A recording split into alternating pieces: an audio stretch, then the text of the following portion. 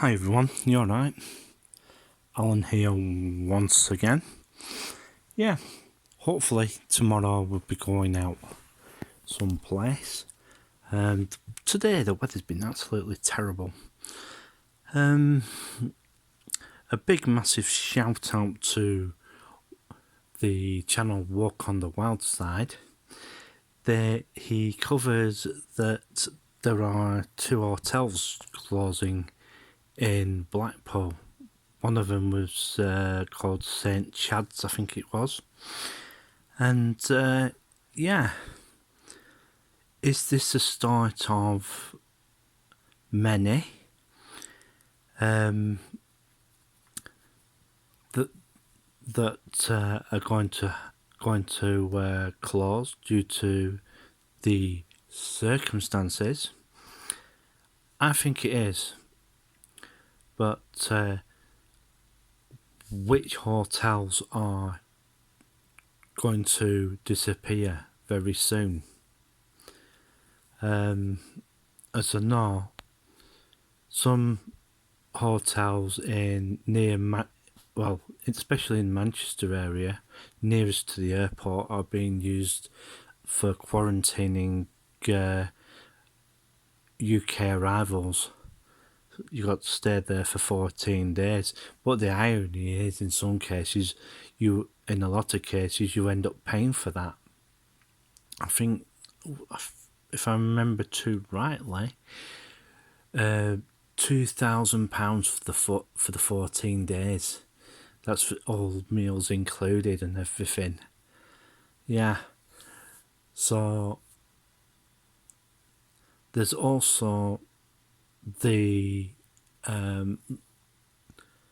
plan for a new hotel in Blackpool, which is going to be run by Holiday Inn. Well, I've seen some of the pictures of that, and I'm sorry to say, it just looks like a box. You know what I mean? No real thought about it at all. At least some of the older hotels have character to them, but it's not what you provide, it's how many rooms you've got, so that you can provide, bed space really, and how many guests you can get in there, because that's what, as many people as you can get in, sort of thing. But a lot of the hotels in Blackpool, some of them are just not up to it. Hopefully, if anything else happens, a lot of the Blackpool bloggers will let you know what's going on. But I really do feel this is just the start of something, of which, when these big hotel chains start coming in, if they decide to come into Blackpool, are basically going to drive a lot of the little operators out, because the smaller hotels will not be able to compete with certain facilities that these bigger hotel chains are going to be offering. Like the Grand, they have a small conference area, and plus the Winter Gardens are basically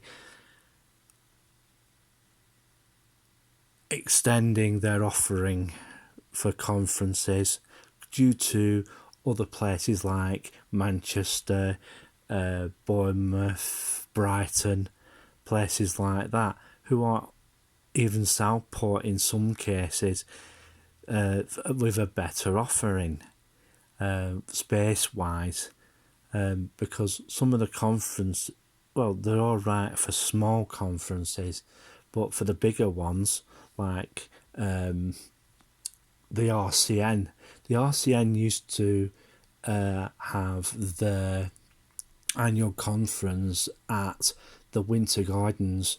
I don't know if they're still with the situation at this moment in time. That's almost impossible.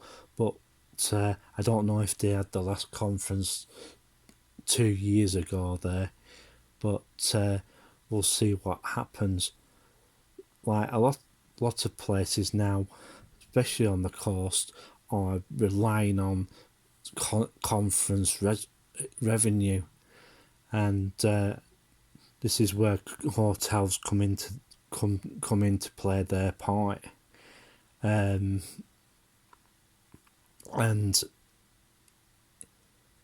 yeah, Blackpool was really good for that, but the venue just got tatty, and it really needs some TLC and expand. So this is the reason why the Winter Gardens invested in the expansion. The Sands hotel venue, it's only got 96 rooms. A resort hotel has got to, a resort hotel has got to have more than that. Hell of a lot more than that.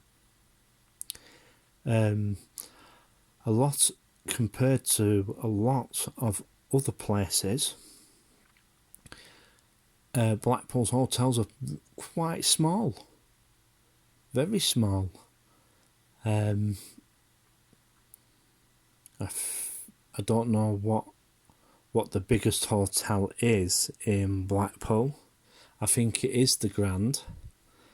I think the Grand is the biggest one there, and I might be wrong about that, but a lot of the hotels are just way too small.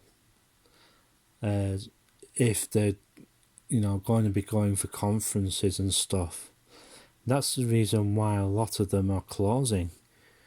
It's not because they're how can I put it? They're not really big enough. You couldn't hold a conference there. One of the hotels that you could hold a conference at is Norbreck Castle. But the major problem with Norbreck Castle, quite a few parts of it are, well, a mess. It needs doing up inside. It really does. I get loads of people who have told me horror stories about that place. The Metropole, that's another one that I get a lot of complaints about, on YouTube and stuff. And really, a lot of those types of places are bad management, and yeah, bit of a mess, because some of the other hotels, some of them are asking, deserve to go out of business and stuff, because they don't look after the properties at all. Some of them, there are quite a fair few in Blackpool. The hotel is just running them into the ground. And another thing that I have noticed in a lot of hotels in Blackpool, they don't even abide by the Equality Act. In a lot of them, you can't even get a wheelchair in. There's no real wheelchair access in a lot of the older hotels and guest houses. You can't get a wheelchair in there. You have to go in the back way to get the wheelchair, to get a person in the wheelchair inside. Because even in some of the back, even it's not really a dignified way of going into a guest house. You know what I mean? You've got to go in the back way, and yeah, and sometimes the facilities there are not suitable for people in wheelchairs. You know what I mean? And imagine if there was a fire, you know, God help them. Yeah, this is the reason why hotels in Blackpool are going to have to, you know, be looked at. So yeah, we'll see what happens. Sorry, I'm in the dark at the moment, but you know, I thought, well, I'll just do a quick blog and everything. So tomorrow, hopefully, if it doesn't snow or cause anything else to happen, hopefully I'll be out tomorrow, and we'll see what happens. If you haven't liked and subscribed, please do so. And I might even do a bit of filming. One or two, little bit of Blackburn news. We used to have an amusement arcade called Campbell's, and they have had workmen doing repairs on that building. I've been hearing that they're going to be submitting plans to turn that into shops and offices. But to be truthful, I reckon it would be better if they turned it into flats.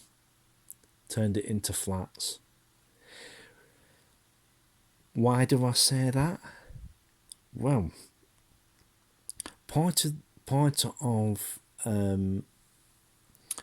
the top end of Bunser Lane, Higher Exchange Street, is basically turning more and more residential. And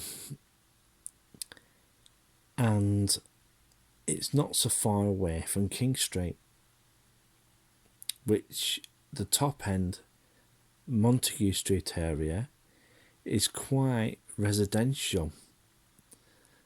And to put more shops there would be really a bit stupid due to the situation in the shopping centre.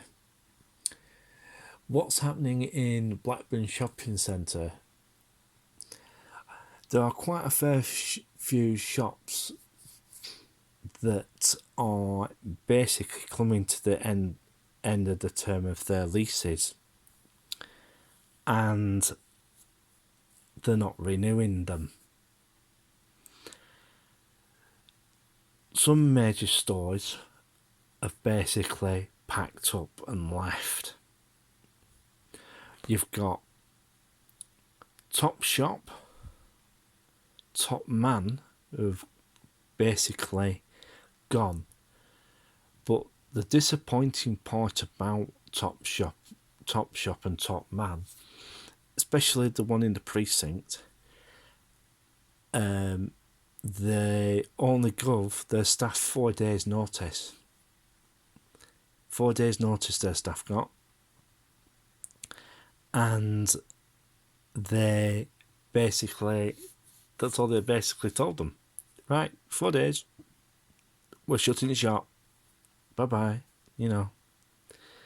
And then Debenhams, Boohoo bought the name mainly.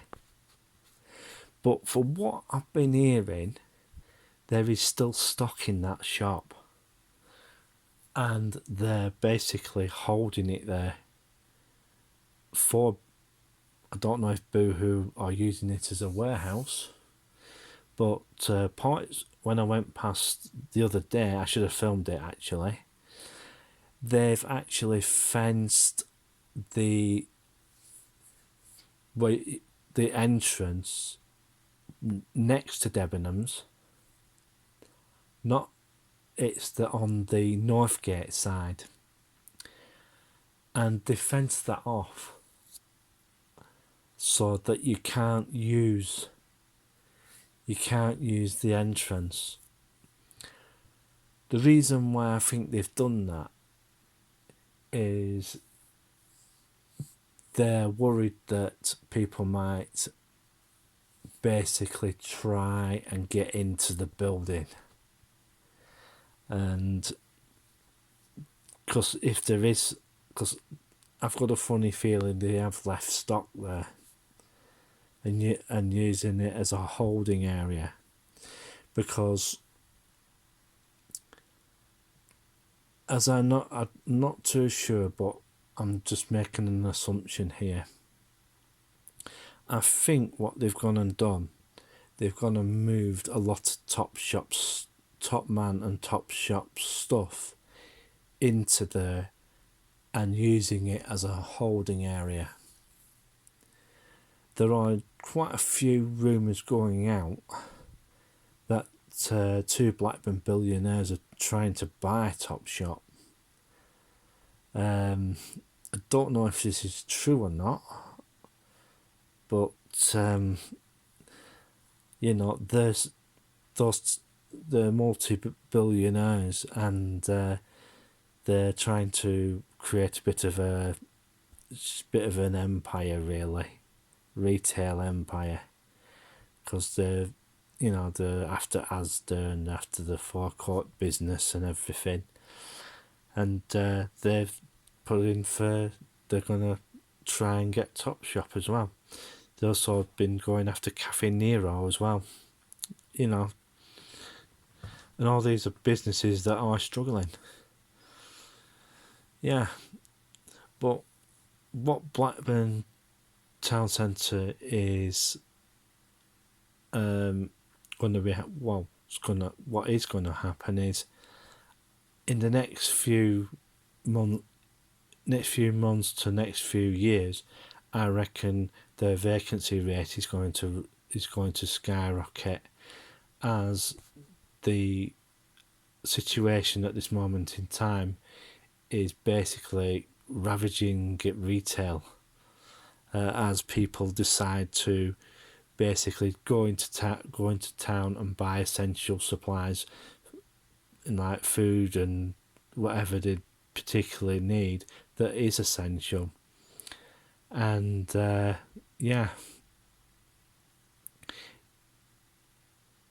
could end up with a high vacancy rate. So we're just going to have to wait and see what happens. Also, one bit of news, I'm hoping to try and get some sponsors for the channel.